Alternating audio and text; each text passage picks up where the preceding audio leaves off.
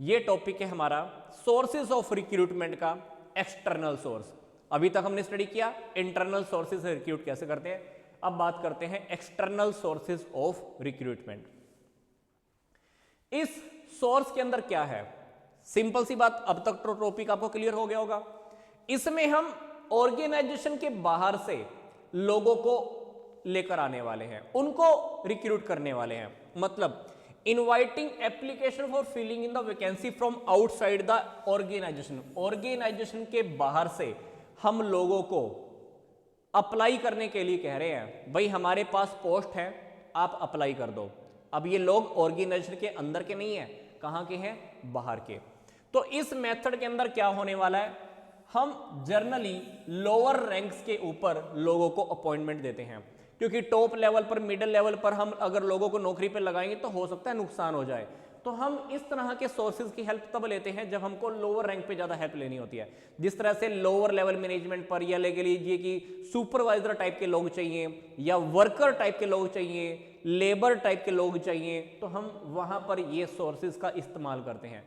अब इसमें हमें ये 11 सोर्सेज स्टडी करने को मिलेंगे। यस, एक्सटर्नल सोर्सेज में हमें ये 11 टॉपिक्स स्टडी करने को मिलते हैं, जिनकी हेल्प से हम इंप्लॉइज को रिक्रूट करते हैं। ये सारे सोर्सेज एक्सटर्नल सोर्सेज के ही पार्ट हैं। अब इन सोर्सेज को हम शॉर्टकट वे में बहुत इजी लैंग्वेज में स्टडी करने वाले हैं। सबसे पहले है हमारे पास डायरेक्ट रिक्रूटमेंट। डायरेक्ट रिक्रूटमेंट में क्या होता है, एक फैक्ट्री या एक कंपनी या एक ऑर्गेनाइजेशन क्या करेगी, अपने मेन गेट पर एक नोटिस बोर्ड लगा देती है। A notice is placed on the notice board of the organisation having the detail of job. हम अपने मेन गेट के ऊपर एक नोटिस बोर्ड छोड़ देते हैं, उस नोटिस बोर्ड के ऊपर हम एक नोटिस लगा देते हैं जिसके ऊपर नौकरियों के बारे में सारी डिटेल होती है।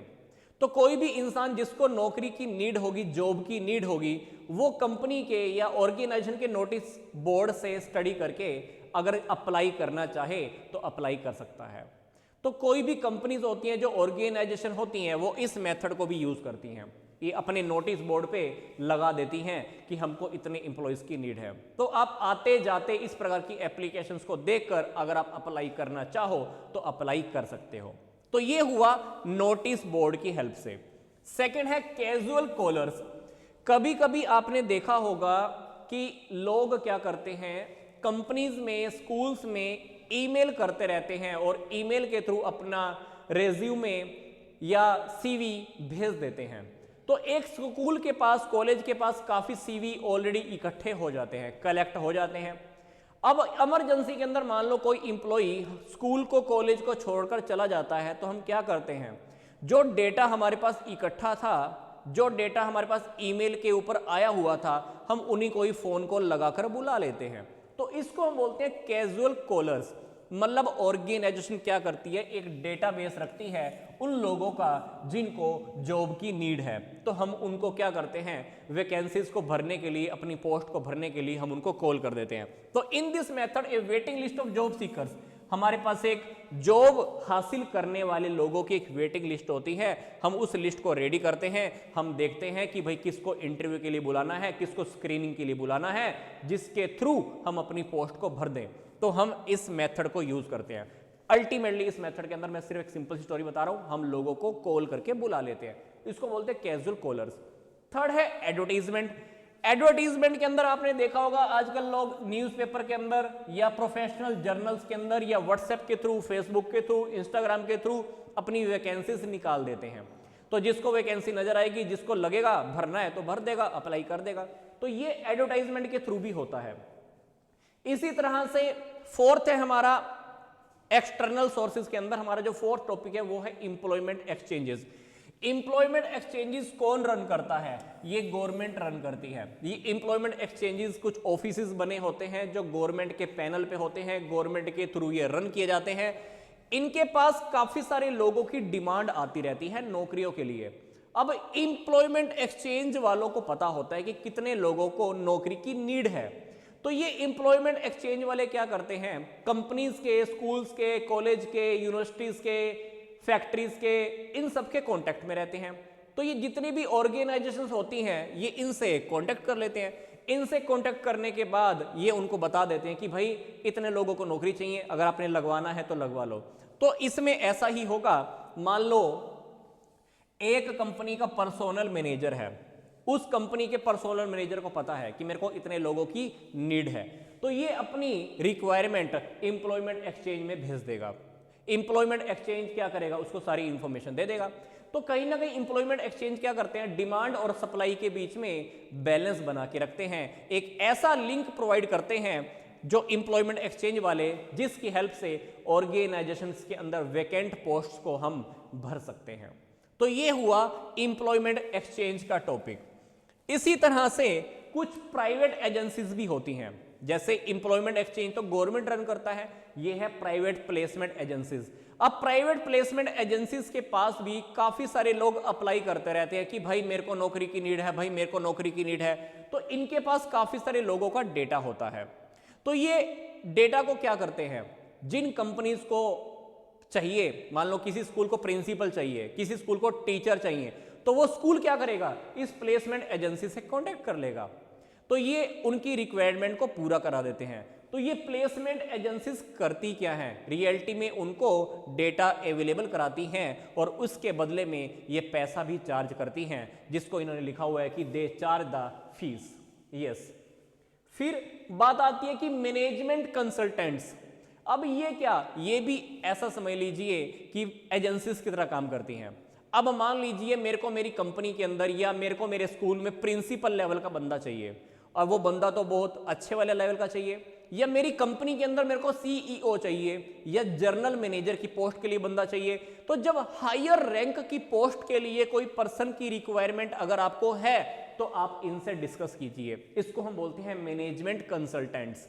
तो ये मैनेजमेंट कंसल्टेंट्स के ऊपर इनके पास जो डेटा होता है उन लोगों का होता है जो अच्छी कैटेगरी के होते हैं या जिनको अच्छी पोस्ट की नीड होती है। मतलब ये किस टाइप की पोस्ट को भरने में काम करेंगे, जो मिडिल लेवल या टॉप लेवल एग्जीक्यूटिव, ये इस प्रकार की कैटेगरी के लोगों के लिए काम करते हैं। कौन, मैनेजमेंट कंसल्टेंट। इसके बदले में ये फीस भी लेते हैं। तो ये मैनेजमेंट कंसल्टेंट कुछ ऐसे लोगों के रेगुलर कांटेक्ट में रहते हैं जिनको वास्तव में अच्छे लेवल की जॉब की नीड है। मतलब ये ऐसा समझ लो कि प्रिंसिपल्स के कांटेक्ट में रहते होंगे, जनरल मैनेजर के लेवल पे कांटेक्ट में रहते होंगे, या जिनके अंदर मैनेजमेंट को संभालने की हिम्मत होती है उनके कांटेक्ट में रहते हैं। तो जब भी इनके पास कोई डिमांड आती होगी तो ये उन लोगों को बता देते होंगे कि वहां पर जॉब की रिक्वायरमेंट है, आप वहां पर प्रिंसिपल के लिए अप्लाई कर दो, या वहां पर वाइस प्रिंसिपल के लिए अप्लाई कर दो, या वहां पर जनरल मैनेजर के लिए अप्लाई कर दो। बदले में क्या करते होंगे, ये भी पैसा चार्ज कर लेते होंगे।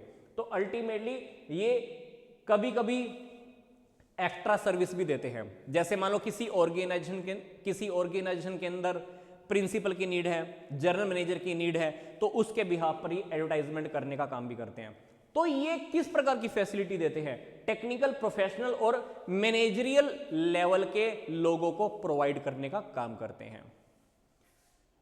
अगले हैं हमारे कैंपस रिक्रूटमेंट। आपने सुना होगा कुछ कंपनीज कॉलेज में, यूनिवर्सिटीज में आते हैं, बच्चों का इंटरव्यूज लेते हैं और उनकी स्टडी भी अभी तक कंप्लीट नहीं हुई, उसको पहले से ही नौकरियों पे रख लेते हैं। तो उसको हम बोलते हैं कैंपस रिक्रूटमेंट। तो कैंपस रिक्रूटमेंट का मतलब ये रिक्रूटमेंट कहां से होती है, एजुकेशनल इंस्टीट्यूशंस की हेल्प से होती हैं। तो एजुकेशनल इंस्टीट्यूशंस इस लोगों के, इस प्रकार के डिपार्टमेंट्स के कांटेक्ट में रहते हैं और वहां से इनसे बात करते रहते हैं कि भाई हमारे बच्चे पास होने वाले हैं, हमारे बच्चों के एग्जाम होने वाले हैं, आप हमारे कॉलेज में आ जाओ, आप हमारे यूनिवर्सिटीज में आ जाओ, तो आपको जो भी लगे कि हमारा ये बच्चा लायक है किसी कंपनी में भेजने के, तो आप इसको नौकरी पे रख लो। तो ये इस प्रकार की रिक्रूटमेंट भी होती रहती है। तो क्या होता है कि कुछ एजुकेशनल इंस्टीट्यूशन के अंदर एक प्लेसमेंट सेल होता है जो यंग बच्चों की हेल्प करता है नौकरियां हासिल करने के अंदर। तो उनको जिस प्रकार की नौकरी की नीड होती है, अगर वो बच्चा मान जाता है तो वो उसके अंदर जा सकता है। तो ये होता है कैंपस रिक्रूटमेंट। तो इसमें भी टेक्निकल, प्रोफेशनल और मैनेजरियल लेवल की जॉब्स आपको मिल जाती हैं। इसके बाद है हमारा रिकमेंडेशन ऑफ द एम्प्लॉइज। अब मान लीजिए मैं किसी स्कूल में प्रिंसिपल हूं, अब मेरे को पता है कि वो टीचर बहुत अच्छा है, हालांकि वो टीचर मेरे स्कूल में नहीं है, तो मैं उस टीचर को डायरेक्टली रिकमेंड कर लूंगा कि भाई इस टीचर को रिकमेंड करता हूं, इसको नौकरी पे रख ले। तो कभी कभी ऑर्गेनाइजेशन के अंदर ऐसा ही होता है, हम इंप्लॉइज की रिकमेंडेशंस के बेस पर भी हम उनके रिलेटिव्स को, फ्रेंड्स को नौकरी पे रख लेते हैं। तो इसलिए इस टॉपिक को उन्होंने बोल दिया रिकमेंडेशंस ऑफ द इंप्लॉइज। आगे है लेबर कॉन्ट्रैक्ट्स। लेबर कॉन्ट्रैक्टर भी होते हैं। अब हमारी कंपनी के अंदर, हमारी ऑर्गेनाइजेशन के अंदर, फैक्ट्री के अंदर कुछ लोग ऐसे होते हैं जो हमारी कंपनी में काम भी कर रहे हैं, प्लस साथ साथ वो लेबर के कॉन्ट्रैक्टर्स भी हैं। मतलब अगर मैं उनको आज बोल दूं ना कि मेरे को 50 लोगों की नीड है, 50 वर्कर की नीड है, तो वो मेरे को 50 वर्कर भी अवेलेबल करा देंगे। तो ये होते हैं लेबर कॉन्ट्रैक्टर्स। तो लेबर कॉन्ट्रैक्टर्स क्या होते हैं? Workers are recruited to the labour contractor who are themselves employees, जो ऑर्गेनाइजेशन के अंदर ऑलरेडी नौकरी भी कर रहे हैं एम्प्लॉय की तौर पर, और ये सारे कॉन्ट्रैक्ट करते हैं लेबर्स के साथ। जब भी मैं इन कॉन्ट्रैक्टर्स को बोलता हूं तो ये मेरे को कहीं ना कहीं वर्कर्स प्रोवाइड कर देते हैं। तो ये रियलिटी में क्या कह रहा है, ये हमारे एम्प्लॉइज भी होते हैं और ये लेबर के साथ इनको कॉन्ट्रैक्ट करने का पता होता है, इनको पता है कि उनके साथ डील कैसे करनी है। तो ये भी बहुत इजी रास्ता है लोगों को रिक्रूट करने का। अब जो नेक्स्ट है एक्सटर्नल सोर्सेज के अंदर, वो क्या है? Advertising on the television. आपने देखा होगा ना, कुछ कंपनीज, ऑर्गेनाइजेशन, स्कूल्स, कॉलेज वाले क्या करते हैं, वैकेंसीज निकाल देते हैं टेलीविजन के थ्रू।